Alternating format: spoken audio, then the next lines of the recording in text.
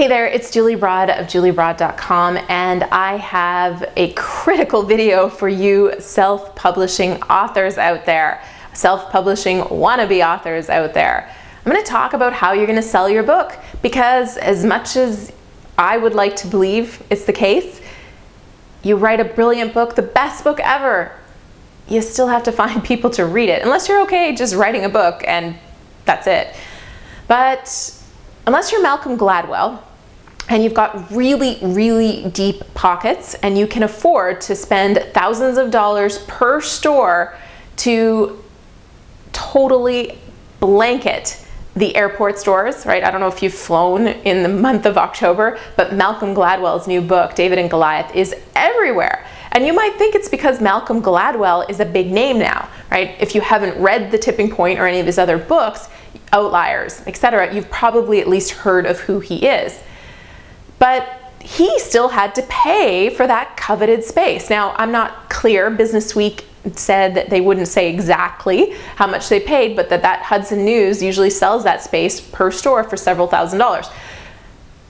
If you're Malcolm Gladwell, you can probably foot the bill for that, because you get a couple talks for $50,000 to $85,000 plus proceeds from the book deal. It's probably okay, right? But most of us aren't Malcolm Gladwell. So we're going to have to find ways that don't cost us hundreds of thousands of dollars to get distribution and, of course, readers for our fabulous work of book. So here's 5 things I did and one that I did that I don't recommend. But 5 things I did that got really great results. And you may or may not know, but in my first week of launching my book, More Than Cashflow, I got it to #1 overall on Amazon. And it stayed there for a couple of days. And it was largely thanks to a couple of these tactics or strategies, if you will, to get your books into readers' hands. So, #1, online presence. Now, for me, I'd been writing a newsletter for 7 years. I had built up a fantastic base of wonderful folks who not only bought my book, but told other people when my book came out. So that was critical. But if you are writing your book already and you haven't spent 7 years writing a newsletter, there's no time like right now. Yeah, right now. You might even want to turn off this video and get to work on it to build an online presence and ideally get newsletter subscribers and social media followers and friends. That's really going to be a critical component, because that audience are hopefully going to be the first folks out there to grab your book when it comes out. #2, and this was the second kind of my secret weapon that I got with my fabulous readers who, thank you, I'm still so grateful for you buying books when it came out and now still, and for your Amazon reviews. But my secret weapon that got me to #1, I think we broke top 10 without friends, but we never would have got to #1 if it weren't for the fabulous support of some of our friends.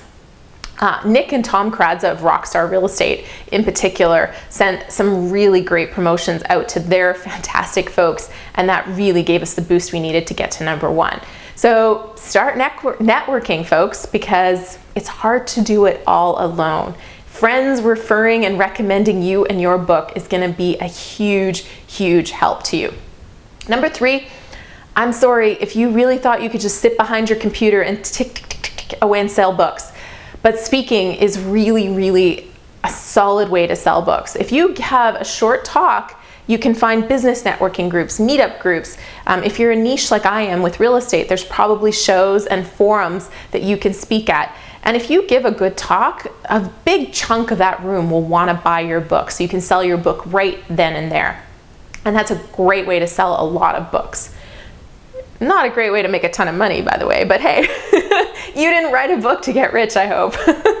Okay, #4, PR, and this is going to be an entire video unto itself, because getting newspapers and radios and TVs to cover you and your book and your story, possible, but it's a little bit tricky on your own. You probably want to hire help. So that's an entire video on its own. But for what it's worth, I think that while TV looks the coolest and people think it's the coolest, I actually think that the newspaper articles and the radio spots I've done have generated the most results. And I try to track it, but you can't really tell, right? You don't really know where your book sales are coming from. But people who come out to my book events who've heard of me for the first time are coming from newspaper or radio. They're not coming from the TV shows.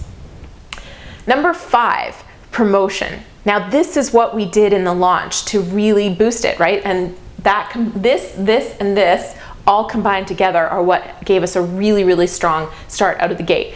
But even now, if I have a store that has a lot of leftover stock, then I might run a city-specific promotion to help sell books. So that can be, one-on-one coaching calls. It can be some of your friends who blog may have ebooks or other courses or services that they'll offer to buyers of your book. So when they send you a receipt proving they bought your book, you can then send them or sign them up for these other services. Sound good, right?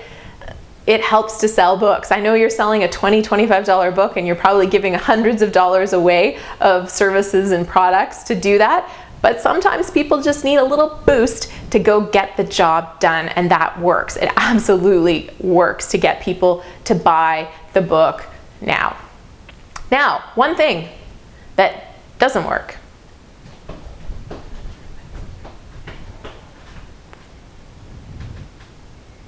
Bookstore signings kind of suck.